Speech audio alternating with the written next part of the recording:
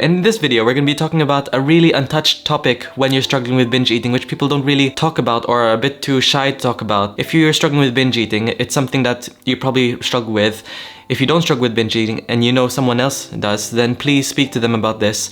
It's the feeling of being left behind in life. Because when you're struggling with binge eating, of course it's important to talk about how to overcome binge eating, what to eat, and all these coping mechanisms, what triggers binge eating. But whilst you're recovering from binge eating, or whilst you're trying to search how to recover from binge eating, no one talks about the feeling of being left behind in life. All of your friends and family members and other people you know, your loved ones, they're all buying houses. They're all buying great cars, they're having great jobs, they're progressing in life, and you have the feeling of just being left behind. And I know what that's like, because I had to take a year off my university just when I was studying to become a dietitian, because I was really struggling with low mood, and that was leading me to struggle with binge eating because I failed my placement. I failed my work experience, essentially, my second year of university, and I had that feeling of left behind, and it's really shameful. Like, people in our group chat, we had this dietetics group chat, and people were just messaging, "Hey guys, I can't wait to see you next year. Oh, I did really well in my placement." And then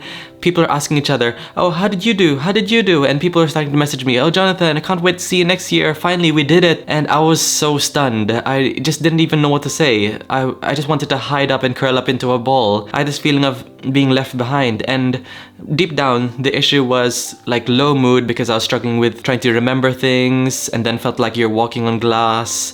But on top of that, I was also binge eating because of that, and it just led me to feel like being left behind in life. And then I had to repeat the whole year all over again. And it's something we really need to raise awareness of, because binge eating is just not low mood or secret eating, eating lots of food. People might call laziness as well. It's so much more than that. It's much deeper than that. And what's really tricky about this, the feeling of being left behind in life because of your binge eating, is that you're always spending money on food. So you're not able to invest in your life or progress in life or get the good things which would actually help you get out of that depressive rut or having anxiety. People are out there buying pumpkins on Halloween or going on holidays during summertime, and you don't have enough savings. Probably because you've used it up on food, used it up on delivery, used it up on weight loss products or weight loss pills, belts, all those kinds of things. And this could lead us to have very low motivation to even want to recover, because you feel like, oh, I just don't deserve any of this.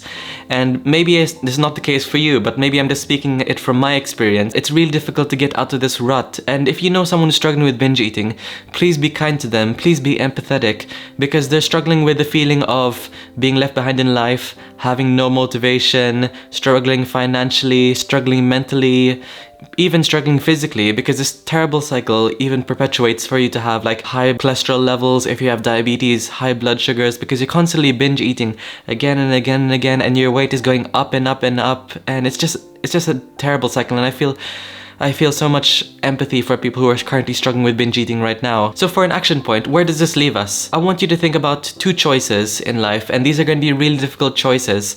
Would you want to be sad, struggling financially, but at the risk of trying to recover from binge eating by eating more and stopping diets altogether? Because I could talk about this in other videos, but binge eating is not the main problem. Binge eating is only a symptom of a deeper problem, and that main problem is deprivation. You're jumping on diets, your body's thinking that there's a famine going on, which you're constantly binge eating, but you're dieting, binge eating, dieting. Your body's so confused. Low mood, low productivity, but always trying to chase the next diet? Or would you want to start binge eating recovery and take that risk of, okay, I might gain a little bit of weight, but this is only temporary until my body senses that there's no need to binge eat anymore. I'll tell my body everything's safe. Because if you're in this other section of life where you want to take the risk and you want to improve your life, your finances, improve your mood, improve your productivity, then check the link in the description below where I talk about my binge eating recovery masterclass. So you can get the first steps to overcoming the binge triggers and then put an end to binge eating and improve your quality of life. Another thing I really want to talk about is, aside from the feeling of low mood, low productivity, essentially just not thriving financially, if that's the right word, or paying off your debts, is that maybe the only excitement in your life, because you're struggling with low productivity, low mood, is just food. the only thing you get excited in life about is food, and that's a really tricky thing to say. It sounds like quite simple. It's normal to think that, okay, it's great to be excited about food, but you don't get excited for holidays with friends or families because you feel like you don't deserve it. Maybe people invite you out to hang out with them for their birthday parties or just have coffee, and you feel like, no, you don't deserve it. And this feeling of you don't deserve it even puts you more and deeper under the ground of struggling with binge eating. One of the key factors of binge eating is guilt, shame, embarrassment, secret eating, and it's so difficult. And having this idea of fight or flight, essentially, it is fight or flight, because do you ever get that feeling when people invite you to a meal or your family is gonna prepare you a meal, and then you're constantly thinking about, oh, the calories are so high in this meal, I don't know the macros of this meal, it's gonna like go against my diet plan, this is so difficult. You start to build anxiety. Having anxiety around food is triggering the fight or flight response. There's this really interesting 4 pillars which Tabitha Farrar, the author of Fear of Weight Gain, which is a highly recommended book, I highly recommend. It's probably only like 60 pages. It's quite a little book, but she talks about the 4 F's when you're having food anxiety. She talks about the fight, the flight, the fawn, and the freeze response. So the fight response is when someone offers you cake, you're like, oh, F you, I don't want this cake. You know this cake is gonna kill me, it's gonna raise my cholesterol. So that's the fight response you might get when you get food anxiety. Number 2 is the flight response. So when someone offers you cake, and you probably come up with an experience or like an excuse. Oh, I gotta leave now because my refrigerator's running, or I forgot to run this really important errand before the shops closed, something like that. Number 3 is the freeze response. So when someone offers you cake and you think it's gonna go across your macros or over your macros or your calorie limit that you set with your diet, you start to be like, and then I think I'll have this cake. I'm not, you just start to like stutter so much because you freeze. And then number 4 is the fawn response, which is really interesting. So someone offers you cake. Oh, thank you so much for the cake. I'm so grateful for this. And then you turn around and then you probably try to hide it under the cake in your pockets. And what's really interesting about the fawn response is it puts you into a fight or flight mode even more, again, once you get caught out. When someone says, Jonathan, why are you hiding the cake in your pockets?